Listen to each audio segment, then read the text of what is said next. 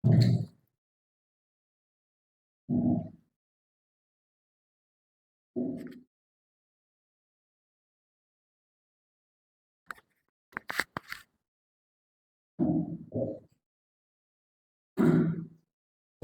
warahmatullahi wabarakatuh. Alhamdulillah, nahmaduhu wa nasta'inuhu wa nastaghfiruh. Wa na'udzu billahi min shururi anfusina wa sayyiati a'malina. May yahdihillahu fala mudilla lahu wa may yudlil fala hadiya lahu. Asyhadu an la ilaha illallah wahdahu la syarika lah wa asyhadu anna Muhammadan abduhu wa rasuluhu amma ba'd. Ayolah ikhwah, alhamdulillah tidak terasa satu semester sudah berlalu ya. Siapa yang ingin tetap di asrama? Semua yang ingin safar. Apa alasannya safar? Kenapa pengen pulang? Hah? Kangen. Kangen orang tua. Kangen masakan ibu. Ya. Kangen tidur di kasur sendiri. Ya. Jadi, nanti ingat kata-kata Ustaz. Kalau kalian sudah di rumah 1 pekan, kalian akan kangen lagi dengan kamar di asrama. Kalian akan kangen suasana kumpul dengan teman-teman semacam ini. Setelah 1 pekan, kalian akan bosan di rumah. Rumah jenuh. Itulah manusia. Manusia itu Allah gambarkan dalam Al-Quran, wa khuliqal insanu dha'ifa. Manusia itu lemah.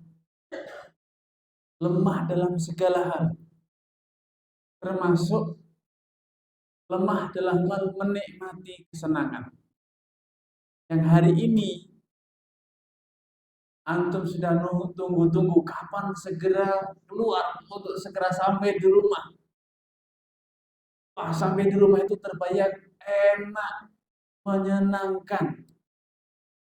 Ternyata yang menyenangkan dan enak yang luar biasa itu perlahan menipis dan kemudian habis. Akhirnya apa? Yang semula di rumah itu menyenangkan, enak, luar biasa, menjadi membosankan. Menjadi kita menderita. Alah, di rumah ini terus bosan. Kangen dengan suasana asrama. Kangen suasana ramai ketemu dengan teman-teman banyak. Makan antre, seru. Bermain dengan teman banyak. Itulah manusia. Sesuatu yang enak itu ternyata dalam waktu sekejap, waktu yang singkat, akan berubah menjadi sesuatu yang membosankan, menjadikan kita menderita. Urusan seperti itu. Makanan yang semula enak, luar biasa. Kalau tiap hari dimakan, jadi bosan, gak enak. Alah tempe lagi, alah sate lagi, alah daging lagi. Kangen tempe, kangen sayur. Ya, itu manusia. Maka pelajaran pertama yang ingin Ustaz sampaikan, bahwa apapun urusan dunia itu tidak ada yang kekal. Itu hanya sesaat. Karena harus belajar.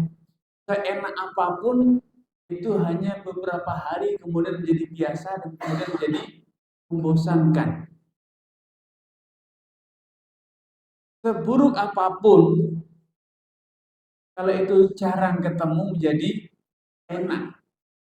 Ternyata makanan asrama itu ngangen nih. Ada keasinan kadang ini, tapi suasana makan dengan teman-teman itu asyik walaupun sate terus, sayur tempe dan terong. Ya, kalau nggak tempe, terong. Itu ternyata enak, walaupun sayur terong tapi makan rame-rame bareng. tidak enak. Maka sebagai thalibul ilm, belajar untuk menyadari bahwa dunia itu sementara, sesaat. Tidak perlu kita itu tergila-gila, ya, terperdaya dengan kesenangan dunia, apapun bentuknya. Menjadi raja itu enak bagi yang belum jadi raja. Kalau udah jadi raja, kan berkata kalian rakyat enak. Kenapa? Tidur di mana saja tidak khawatir, tidak takut. Raja, presiden, semua ada protokol. Minuman mau diminum dicek dulu oleh tim kedokterannya. Makanan yang mau diminum pun harus dicek dulu. Padahal sudah tidak tahan pengen makan, pengen minum. Mau pergi kemana saja harus dikawal dulu. Tidak bisa spontanitas. Saya sekarang tiba-tiba pengen ke Probolinggo, tidak bisa. Harus disiapkan dulu jalannya. Kemudian tempat sananya harus disiapkan. Sulit. Ini membosankan. Enak jadi rakyat biasa. Kemana saja bisa, kapan saja, tanpa harus ribet, melibatkan banyak orang. Maka kenikmatan dunia itu semu. Makanya jangan menjadikan kita terperdaya. Kalian ini poin yang harus dipelajari dan akan terus terulang di setiap semester, setiap libur. Dan uniknya nih, walaupun itu sudah terulang dalam semua urusan makannya gitu, pakaiannya gitu, kendaraannya gitu, temannya gitu, kita masih saja terperdaya lagi. Lagi-lagi kalau sudah mulai, sudah lama tidak makan sesuatu, seakan-akan itu spesial banget. Kenapa? Karena memang manusia itu dhaif, ingatannya pun lemah. Andai kita masih bisa ingat suasana di saat kita jenuh, maka kita tidak akan pernah bisa menikmati apa saja. Andai kita masih bisa senantiasa mengingat, merasakan rasa nikmat itu sama, tidak berubah seperti pertama kali kita merasakan, niscaya kita tidak akan pernah rusak. Dan itu hanya ada di surga. Menikmati hari ini dengan besoknya lagi akan semakin terasa nikmat, bukan bosan. Pelajaran kedua yang ingin Ustaz, bahwa belajar itu bukan hanya di kelas. Kalian dibangunkan sholat subuh, kalian sholat berjamaah, ya asrama. Belum tentu nanti kalau sudah di rumah kalian masih bisa sholat jamaah. Belum tentu kalian nanti kalau sudah sampai di rumah masih semangat sholat subuh ketika adzan dikumandangkan. Banyak orang yang di asrama rajin ketika di rumah sholat subuhnya menjelang terbit matahari. Kenapa? Karena ternyata kemarin sholat itu ada ustadz yang mukul-mukul ranjang, gedor-gedor itu. Ternyata ilmu yang diajarkan belum menumbuhkan kesabaran. Selama ini kita merasa menjadi orang yang paling baik. Ternyata kita baik gara-gara ada teman yang membangunkan, teman yang memotivasi, teman yang mengajak. Dan ketika beramal sendiri ternyata berat. Disitulah kita tahu artinya teman. Pentingnya komunitas, kelompok. Maka pilihlah teman yang baik. Karena ternyata teman yang baik itu akan menjadikan kita bisa istiqomah menjadi orang. Sekedar ketemu dengan teman yang buruk, kebaikan kita itu akan terkikis. Bisa jadi kita akan sama dengan dia menjadi orang yang buruk. Kemudian perokok, kali tidak mau, 2 kali tidak mau, 3 kali ditawari rokok tidak mau, 10 kali coba. Kayak apa sih? 11 kali sudah menjadi perokok. Apa sebabnya? Teman yang buruk. Karena itu sedari awal hindari teman yang buruk. walaupun di kampung sendiri. Itu dulu the best friend waktu SD. Itu masa lalu. Hari ini dia bukan the best friend. Dia teman yang buruk. Maka harus ditinggalkan. Karena kita sudah berubah. Kalian sudah berubah. Belajar, sudah punya kegiatan baru menghafal Quran, murojaah, sholat sunnah, puasa sunnah, itu tinggalkan. Kemarin biasa main pinggir sungai, macam-macam, main PS dan lain sebagainya. Hari ini mainnya tidak gitu-gitu lagi. Kan kita harus memilih ulang sahabat dimanapun kita berada. Karena kita itu lemah. Kita terbukti kuat, rajin, gara-gara ada lemah. Nanti kita sendiri, kita akan merasakan bahwa membaca Al-Quran sendiri di rumah itu ternyata waktu di asrama setengah jam membaca Al-Quran, 1 jam menghafal. Di rumah 10 menit saja belum tentu sabar. Kenapa? Ya itulah sebetulnya dirimu. Kemampuanmu sebetulnya hanya 10 menit per 4 jam. Kenapa kemarin bisa 1 jam, bisa 1,5 jam menghafal? Itulah teman. Gara-gara ada teman, akhirnya kita bisa membaca 1 jam, bisa menghafal 1 jam. Kalian nanti akan tahu siapa diri antum. Kapan? Ketika sudah di rumah. Berapa lama kalian baca Quran? Berapa sering antum sholat sunnah? Berapa sering antum murojaah, membaca buku? Itulah diri antum yang sebenarnya. Apa yang ada di asrama kemarin itu adalah jasa teman kita yang menjadikan kita semakin rajin dan pandai serta yang lain. Poin ketiga. Nah, jadi pesannya selektif, pilih teman dan sadari pentingnya bersahabat dengan orang yang baik. Pesan ketiga, kalian pulang sudah menjadi orang-orang spesial. Kalian akan tahu bahwa sekian banyak dulu teman SD, teman SMP, ya, mereka alih-alih hafal Quran, alih-alih hafal 1 juz, 2 juz, baca Al-Quran saja masih belum bisa. Baca Al-Quran saja belum bisa. Apalagi sampai menghafal 1, 2 juz, 3 juz. Apalagi mereka ngerti hukum fikih, mereka ngerti akidah, sama sekali tidak ngerti. Maka sadari bahwa Allah SWT telah memberi kelebihan yang luar biasa kepada kalian dibanding teman-teman kalian yang sekian banyak itu. Ada teman TK, SD, sampai teman SMP. Antum lebih dari mereka semua. Maka syukuri, sadari bahwa antum punya kelebihan dibanding mereka. Ustaz, mereka punya kelebihan. Apa itu? Mereka sudah pandai main PS. Mereka sudah sampai level 12. Anak level 1 aja gagal, Ustaz. Mereka sudah bisa pergi ke sana kemari sendiri, ke kafe. Mereka tahu ini dan tahu itu. Ya, memang semua orang punya, tapi coba antum bandingkan. Mana yang lebih berharga?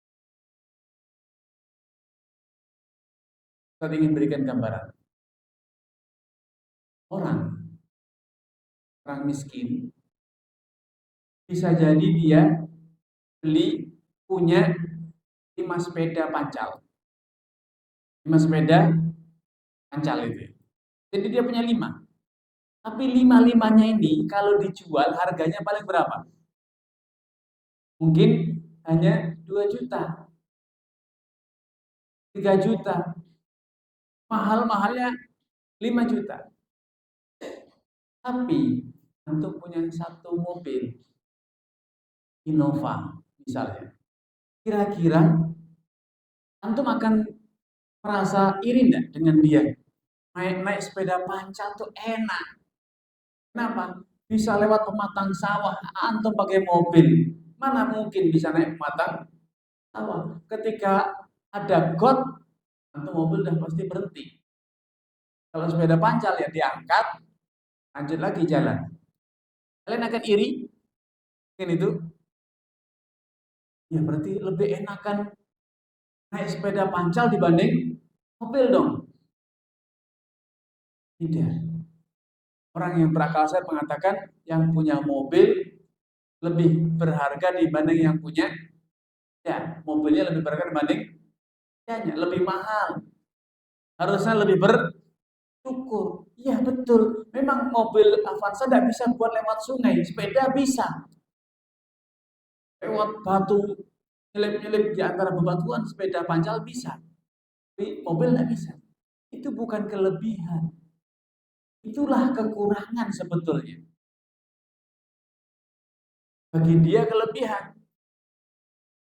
Tapi itu adalah kekurangan. Kenapa?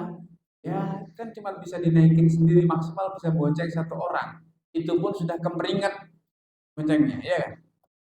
Kalau naik mobil bisa 7 orang tanpa kemeringat cal apapun.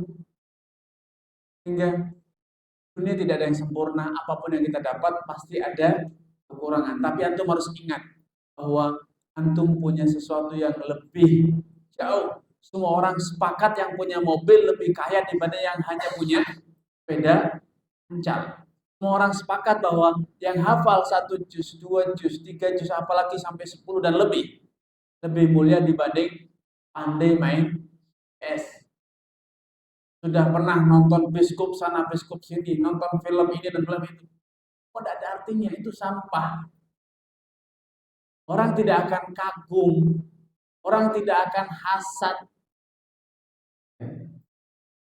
Kalau bercita-cita, tidak ada yang bercita, anak punya cita nanti kalau gede, anak bisa main PS.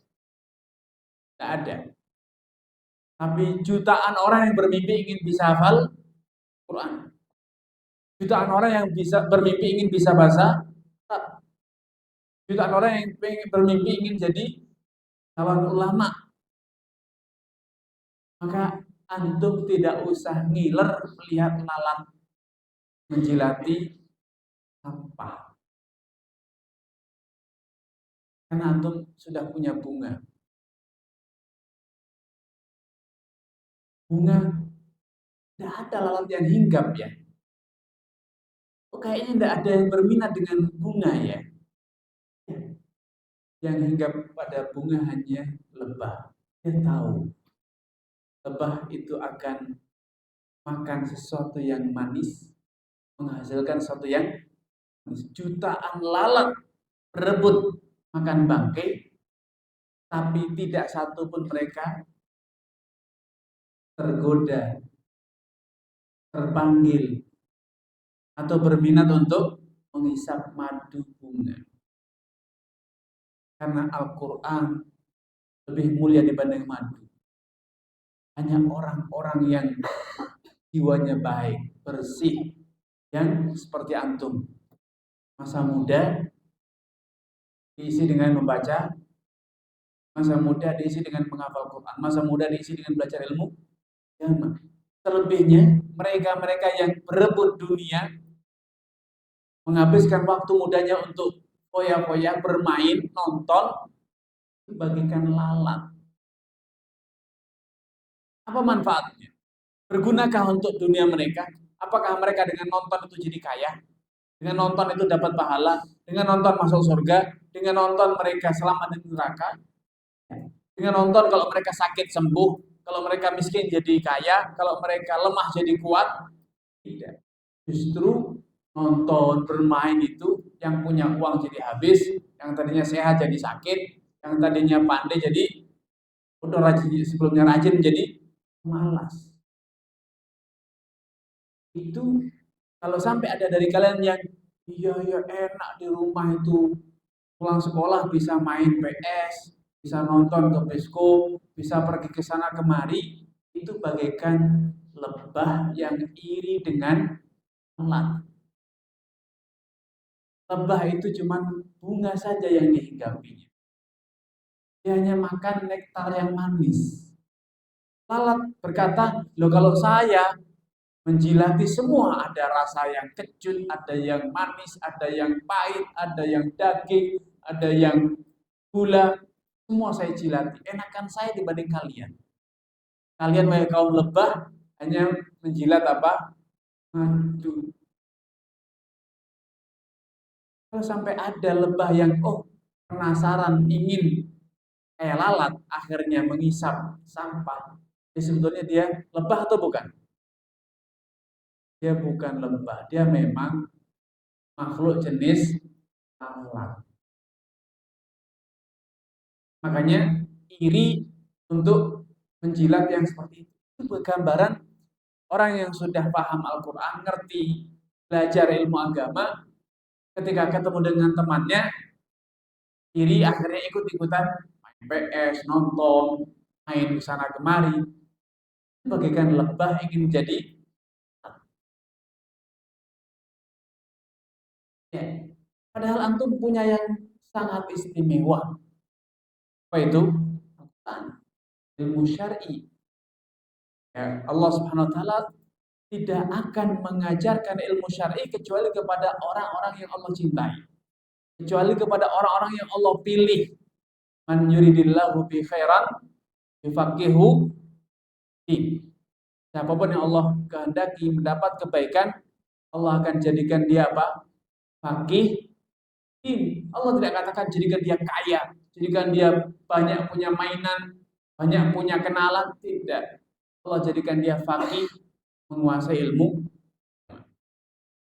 Nah, di antara di poin keempat ingin Ustaz sampaikan bahwa orang tua antum sudah sekian lama antum meninggalkan. Selalu dampingi mereka, bantu mereka. Yang ibunya di dapur bantu Umi, apa yang bisa Anda bantu? Nyuci sayur, motong sayur, belanja ke warung, nyuci piring. Yang abahnya punya kerjaan di toko, bisa jadi di ladang, bisa jadi di bengkel atau yang lainnya. Abi, anak ingin belajar kerja, ingin tahu gimana bengkel, karena itu ilmu. Anak ingin tahu gimana nanam, anak ajari anak jualan. Itu ilmu yang bermanfaat. Apa yang hari ini dilakukan oleh abah antum, oleh umi antum, itu bermanfaat. Yang perempuan, yang putri, umi, ajari anak masak soto, ajari anak masak nasi goreng yang enak seperti nasi gorengnya umi. Itu ilmu yang bermanfaat. Ya, bukan main HP. Main HP itu tidak mengenyangkan orang yang lapar, tidak menyembuhkan orang yang sakit, tidak bisa menjadikan orang yang bokek jadi punya duit. Kalau kalian belajar masak, bisa jadi nanti buka warung minimal, rumah makan, kuliner, catering, banyak. Itu bermanfaat, itu skill yang harus kalian pelajari nanti bagi bekal hidup di masa depan. Kalian hari ini main PS, memang kalau PS itu kalau suatu saat kalian butuh rumah, bisa jadi rumah. Jadi kalau kalian ikut abah kerja, bantu di bengkel, benerin motor tuh gitu caranya. Oh, nambal ban tuh gitu. Itu skill, ya. Oh, jualan di pasar tuh gini. Oh, bungkus kue itu begini caranya. Itu ilmu. Suatu saat akan berguna bagi antum, ya, ketika antum sudah saatnya dewasa. Maka liburan momentum antum belajar dari orang tua, membantu orang tua, berbakti kepada orang tua. Karena apa yang dilakukan oleh orang tua antum hari ini itu adalah ilmu, itu skill yang antum butuhkan besok ketika antum sudah dewasa. Di antara hal yang perlu dilakukan ketika liburan, antum sudah banyak belajar. Belajar hukum, belajar tajwid, belajar fikih, bahasa Arab. Sedangkan keluarga antum bisa jadi abah, umi antum tidak tahu itu. Ajarkan kepada mereka. Di sholat, di yang putri ya, sholat di rumah. Kalau takbiratul ihram itu atau angkat tangan takbir itu tangannya menghadap kiblat semua mi, bukan gini mi. Yang takbir Allahu Akbar ini salah mi. Itu takbir tangannya gini itu salah. Yang benar menghadap kiblat. Telapak tangannya jarinya lurus ke atas, bukan direnggangkan jarinya tapi rapatkan, bukan saling berhadapan. Allahu Akbar. Banyak orang takbir itu Allahu Akbar. Ya, lihat kan? Sampaikan kepada Umi, karena sudah belajar itu tidak benar. Yang benar takbir itu telapak tangannya menghadap kiblat. Ajarkan kepada keluarga. Itu akan bermanfaat kepada saudara, kepada teman. Sederhana. Sekedar cara takbiratul ihram, cara mengangkat tangan, ketika ruku, ketika sujud seperti apa, ajarkan sehingga antum akan sadar bahwa antum sudah mempelajari sesuatu yang tidak dipahami oleh orang. Antum sudah mendapatkan banyak ilmu yang tidak dimiliki oleh orang, termasuk oleh orang tua antum sendiri. Hingga itu semakin menambah semangat, ya.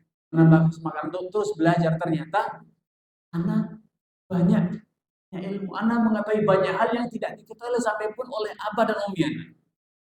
Cara sujud itu nih, lengannya harus direnggangkan dari badan. Ada orang yang sujud mau yang cowok atau cewek, banyak yang lengannya nempel di perutnya. Itu salah, renggangkan tangannya. Jarinya menghadap kiblat. Kan seperti ini. Ya, bukan seperti ini. Menghadap kiblat sejajar dengan muka. Ajarkan kalau sudah belajar.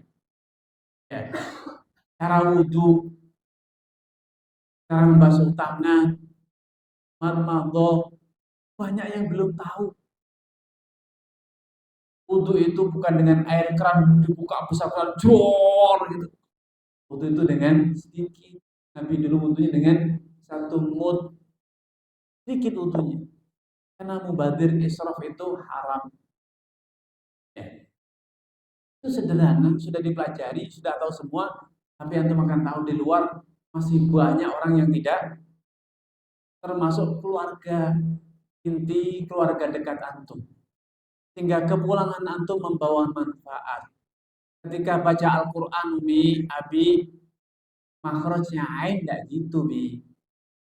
Alhamdulillahi Rabbil Alamin, Ar-Rahmanir Rahim, Maliki Yaumiddin. Di luar, Hamzah dan ain sama saja. Alhamdulillahi Rabbil Alamin.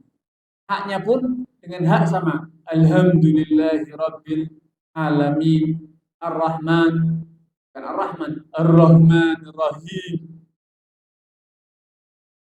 Ada orang yang berusaha fasih. Alhamdulillahi Rabbil Alamin. Semuanya ain. Hamzah, ha, ain, sama. Itu yang sudah berusaha. Ternyata salah juga. Yang tidak berusaha, semua hamzah. Ya. Haknya jadi kaf. Alhamdulillahi Rabbil Alamin. Ya. Pernah dengar itu? Alhamdulillah anakku pulang. Dengar? Ya. Takbir, sekedar takbir saja banyak yang belum ngerti. Yang takbir Allahu Akbar. Tambahi huwa. Padahal yang benar Allahu Akbar.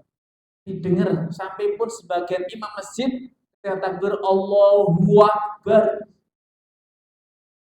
Itu salah. Sesederhana itu pun banyak orang yang enggak ajari keluarga kita. Ya, jangan sampai takbir pun salah. Sehingga antum ketika pulang, antum akan sadar ternyata ya Allah aku sudah dapat banyak ilmu. Semakin semangat belajar. Dan kepulangan antum, liburan antum bermanfaat bagi orang di sekitar antum. Ya. Kemudian di antara hal yang waktunya dilakukan. Liburan itu bukan berarti berhenti belajar. Bawa buku, pulang ke rumah dibaca.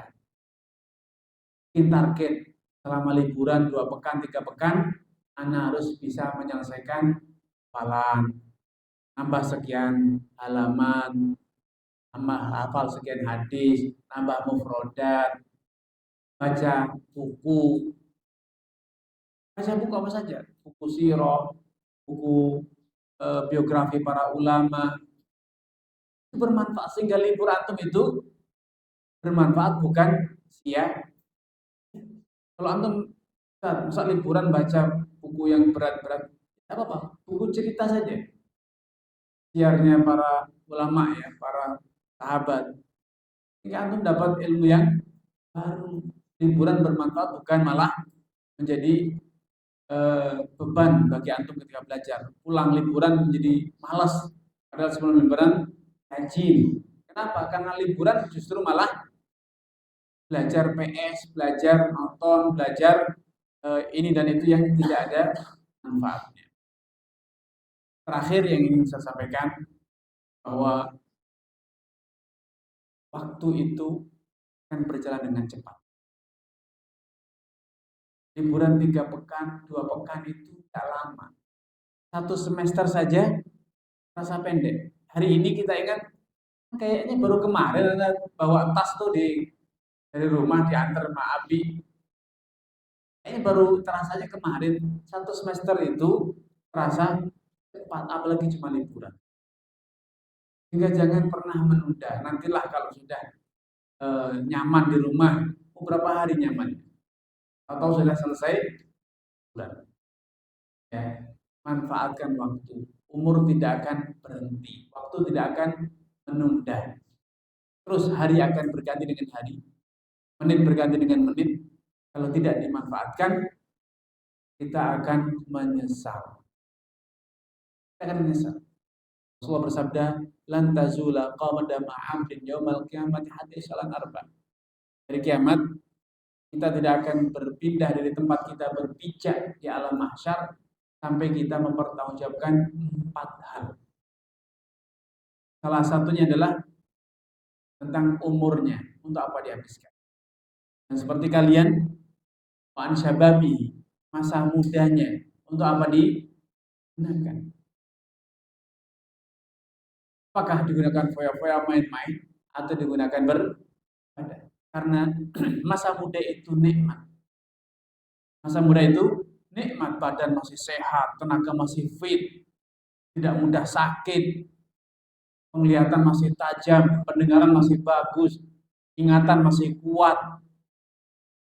Gunakan itu, jangan menunggu nanti kalau sudah tua. Kalau sudah tua tidak lagi seperti kalian sekarang.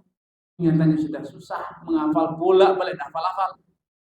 Belum lagi pekerjaan, belum lagi kesehatan, belum lagi banyak hal yang menjadikan kalau sudah berumur itu tidak sempat belajar.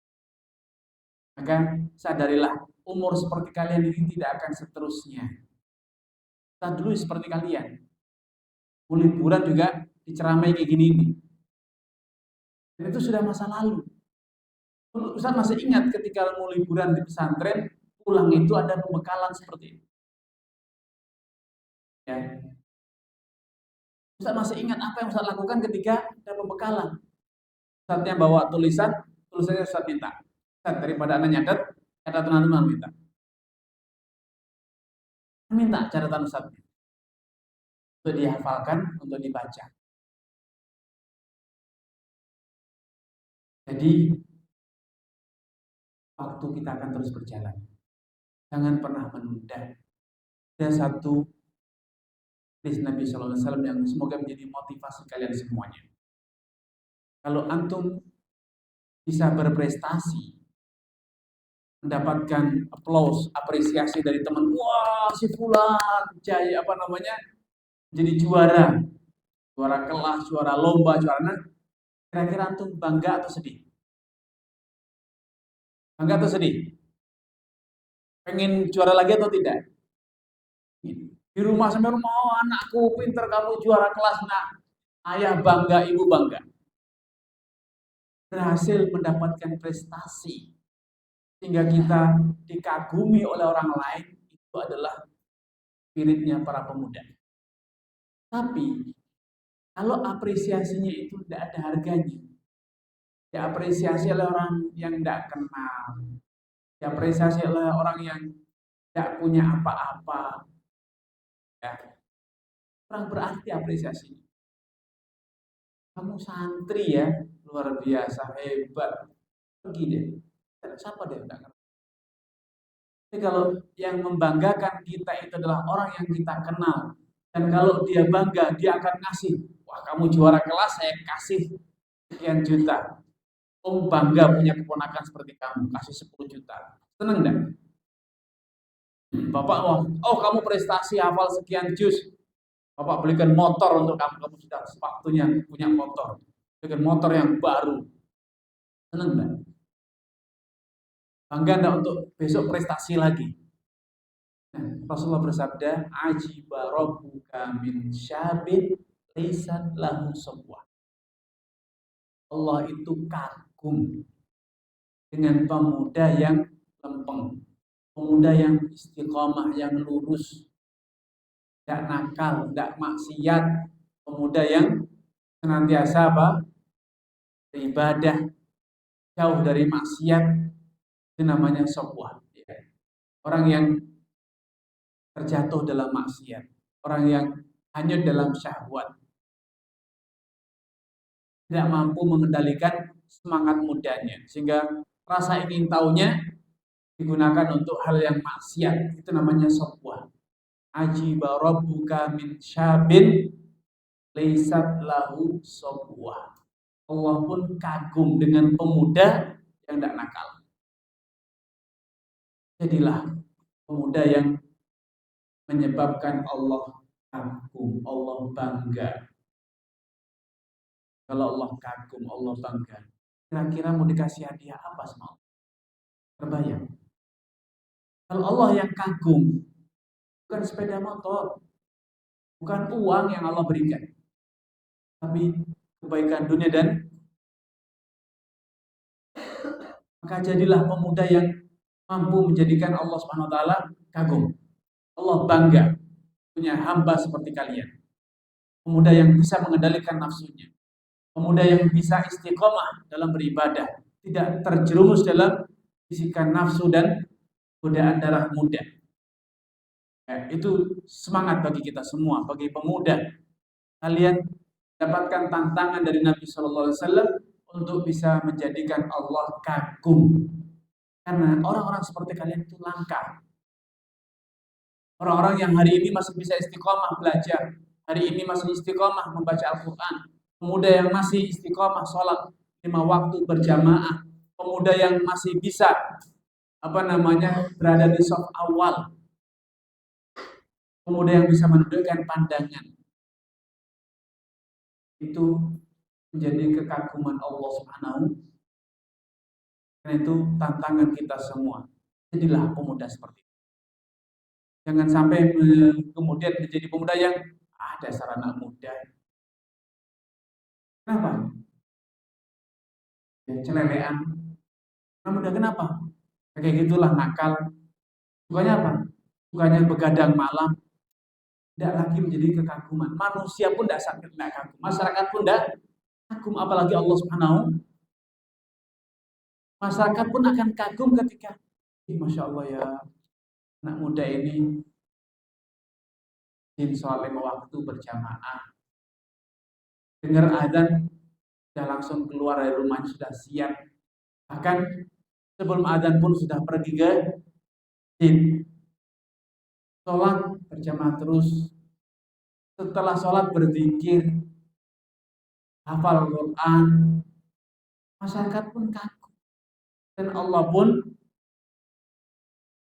jadilah pemuda yang menjadi kekaguman Allah Subhanahu wa taala. Jaga pandangan, jaga telinga kita, jaga hati kita, jaga semua tangan kaki kita untuk tidak melakukan yang Allah haramkan, Allah benci. Agar kalian semuanya menjadi kekaguman Allah Subhanahu wa taala. Ini yang bisa saya sampaikan. Semoga Allah Subhanahu wa taala menjaga kalian semuanya, berikan taufik, maunah kepada kalian untuk tetap istiqamah di mana antum berada dan menjadikan antum calon-calon ulama yang ke depan akan memimpin umat, memimpin bangsa ini, pemuda yang akan membawa perubahan, menyerukan kebenaran dan memberantas kemaksiatan. Hadza wa sallallahu wasallam ala nabiyina Muhammadin wa ala alihi wa ashabihi ajma'in. Wa akhiru da'wana alhamdulillahi rabbil alamin. Wassalamualaikum warahmatullahi wabarakatuh.